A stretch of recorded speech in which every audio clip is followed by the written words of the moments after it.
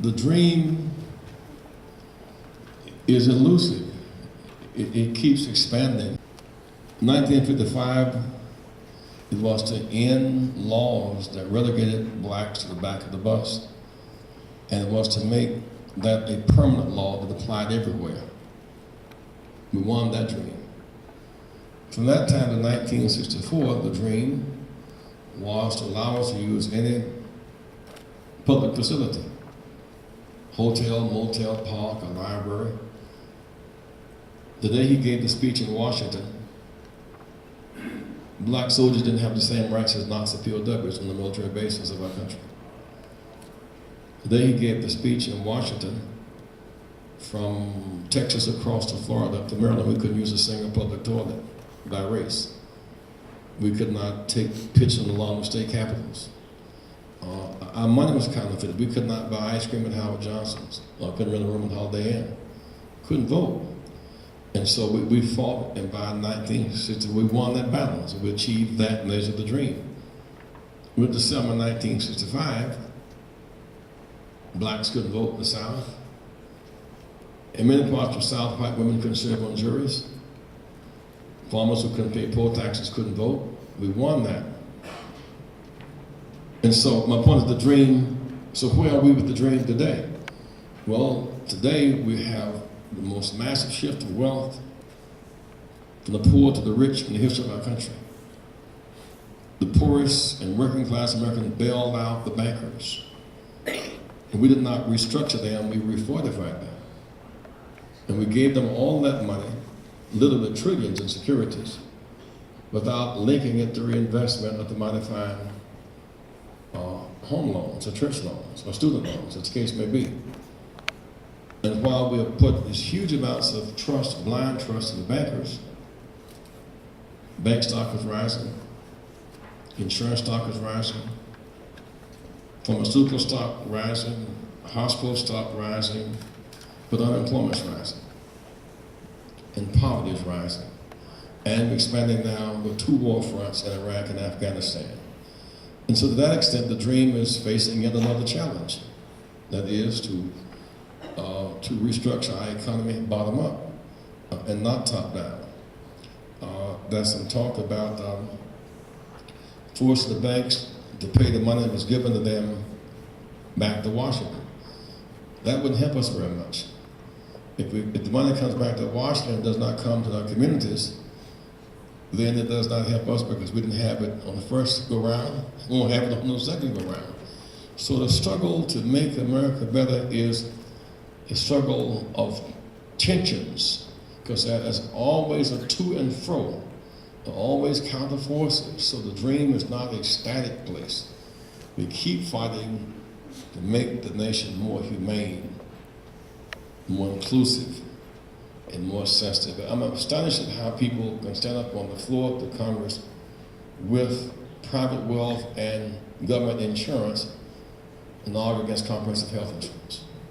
But they make that argument like they made the argument justifying on moral grounds slavery, or justifying on moral ground legal segregation. Women don't have the right to vote, workers don't have the right to organize. So there's always these counter forces as we seek to make change, and so you lose when you drop your side of the rope. You keep pulling and tugging to advance the nation forward, sometime inch by inch. Yes, ma'am.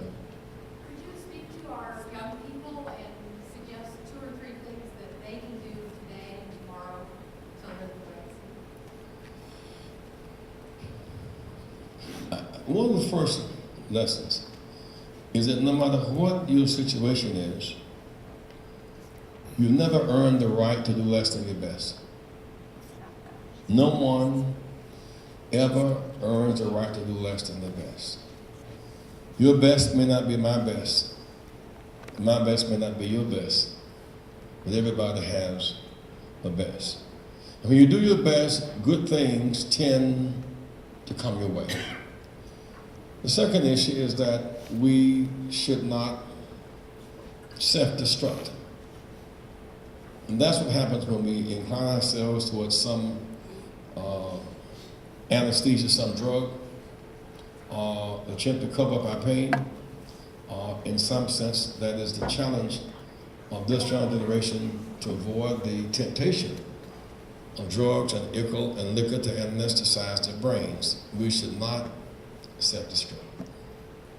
The third one is we should not self-degrade. No one should degrade another, calling somebody a nerd or calling somebody in the racial defamatory language. No one should self-degrade nor degrade others. But the last point would be, to me, whether you are 5 or 15, life is full of choices and consequences. And the older you get, the more able you are to avoid your parents' outreach. The more able you are to elude their watch and their grasp. So if you are 14 in this room tonight, you have the power to step in front of a moving car, but not to avoid the consequences of the hit. You have the power to not study, but not to avoid the consequences of not knowing. You follow what I'm saying? Life is full of choices and consequences. And so that's why I think we should often say that our youth are our future. Our youth are our right now. Our youth are not our future. They are our right now. And all of these days and lessons are connected. And so my earliest speeches were in a place like this, learning to speak at the church convention. You know, I learned to speak at the Sunday school assembly. I mean, all of these lessons result at some point in becoming whatever it is that we become. And so the beauty of this experience tonight is to watch young people with their parents and teachers learning how to grow, to think, and to create. And if you do that, it's difficult to tell the great conclusion. As I say oftentimes, you cannot see around the curve till you get to the corner. You got to go to the corner to see. And that's where the faith part comes in. We walk sometime by faith, not by sight.